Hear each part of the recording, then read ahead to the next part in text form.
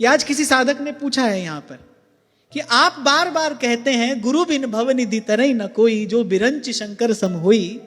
आप ही के मुख से हमने श्रवण किया कि गुरु के बिना संसार को बनाने की और मिटाने की सामर्थ्य तो कोई अर्जित कर सकता है, पर गुरु के बिना संसार से मुक्त नहीं हो सकता। तो परसों अगर किसी साधक ने प्रश्न किया कि प्रत्यक्ष गुरु होना चाहिए, तो आपका उत्तर सुनकर हमारे मन में कुछ द्वंद्व हुआ है, आप समाधान करें।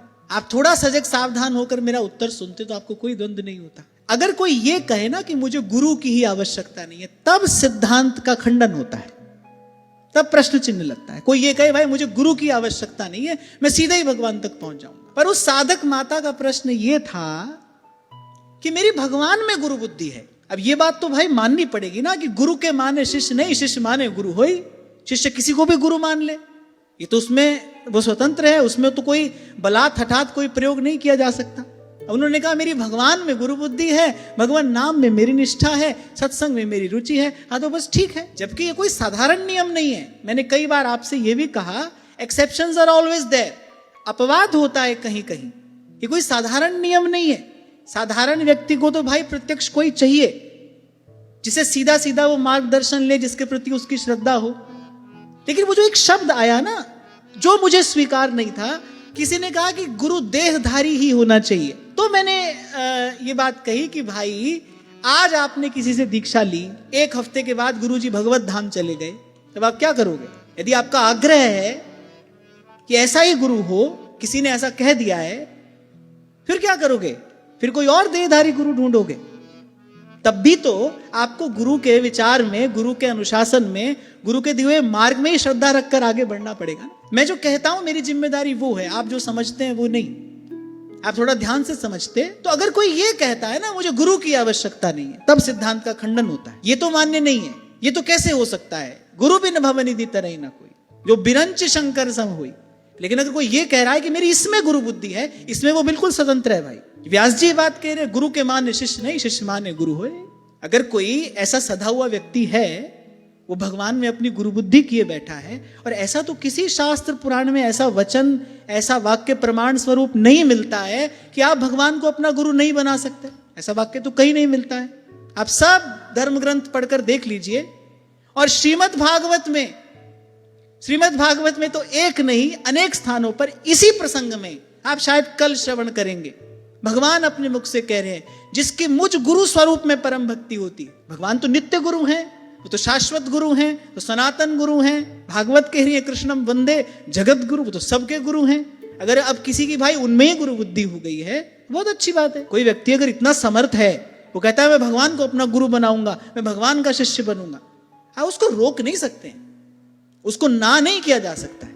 हाँ हम जैसे लोगों का काम ऐसे नहीं चले शायद, पर अगर कोई ऐसा समर्थ है तो वह ऐसा कर भी सकता है। हाँ अगर कोई ये कहे ना भाई गुरु ही नहीं चाहिए, उससे बच के रहना, ये बात स्वीकृत नहीं है। गुरु किसी को भी अगर आप बनाए, आपकी श्रद्धा है भाई। और ये बात तो भाई ध्रुवदास जी भी कह रहे हैं, जा को है जा सो मन मान्यो, सो है ताके हाथ बिकान्यो। इसमें तो बलात् हठात आप कुछ नहीं कर सकते है ना। और उस साधक माता का प्रश्न यही था कि महाराज जी बहुत वर्ष हो गए और छोटी अवस्था नहीं है उनकी, 53-54 वर्ष की उस साधक माता की अवस्था है। करीब बहुत वर्ष मुझे हुए कि भगवान में गुरु बुद्धि है। और सबसे बड़ी बात भाई, आपको तृप्ति है कि नहीं है? सबसे बड़ी बात है आपको तृप्ति है कि नहीं है। आपको तृप्ति है तो ठीक है, नहीं है तो भाई मैंने देहधारी गुरु बनाकर भी अतृप्त लोगों को देखा है। उनके मन के प्रश्नों के समाधान नहीं होते, फिर वो किसी और को ढूंढते हैं। कितनी बार लोग पूछते नहीं है क्या गुरु बदल सकते हैं, क्या दूसरा गुरु बना सकते हैं? ये प्रश्न कहां से उठते हैं? ये अभावग्रस्त हृदय से ही तो उठते हैं। और कहां से उठते हैं? देखो भाई मेरी जिम्मेदारी ये यहां से श्रुति शास्त्र सम्मत सिद्धांत कहना, और मैं अपनी ओर से पूरा ईमानदार प्रयास करता हूं ये बात कहने का। और मुझे तो कम से कम आज तक किसी शास्त्र में, किसी पुराण में ये वाक्य पढ़ने को नहीं मिला कि आप भगवान को गुरु नहीं बना सकते। मुझे ये वाक्य भी पढ़ने को नहीं मिला कि गुरु देहधारी ही होना चाहिए। मुझे तो कहीं पढ़ने को नहीं मिला। खूब संतों भक्तों की वाणी भी पढ़ी, और अगर ऐसा हो फिर तो भाई सबसे पहले प्रश्न चिन्ह हमारे आचार्य की बात पर लगेगा। प्रिया जी हमारे महाप्रभु जी की गुरु हैं। फिर दूसरा प्रश्न चिन्ह लग जाएगा सेवक जी महाराज की बात पर, क्या करोगे, कैसे उत्तर दोगे? देहधारी गुरु तो उस समय विराजमान थे, श्री चतुर्भुज दास जी महाराज ने कहा कि गुरुपुत्र इस समय गुरु गादी पर विराजमान है, उनसे चलकर दीक्षा लीजिए। सेवक जी महाराज ने कहा भाई मेरी निष्ठा जिनके चरणों में है, मैं अपना सर्वस्व उनको समर्पित कर चुका हूं, तो मैं तो जो लूंगा भाई उन्हीं से लूंगा, अब कोई क्या करेगा इसमें। चतुर्भुज दास जी महाराज ने आके श्री वनचंद्र महाप्रभु से दीक्षा ले ली। सेवक जी महाराज की निष्ठा महाप्रभु जी के चरणों में थी, उनको वस्तु महाप्रभु जी से मिली। वस्तु चतुर्भुज दास जी को भी वही मिली, सेवक जी को भी मिली, पर सेवक जी महाराज की वो निष्ठा अद्भुत है।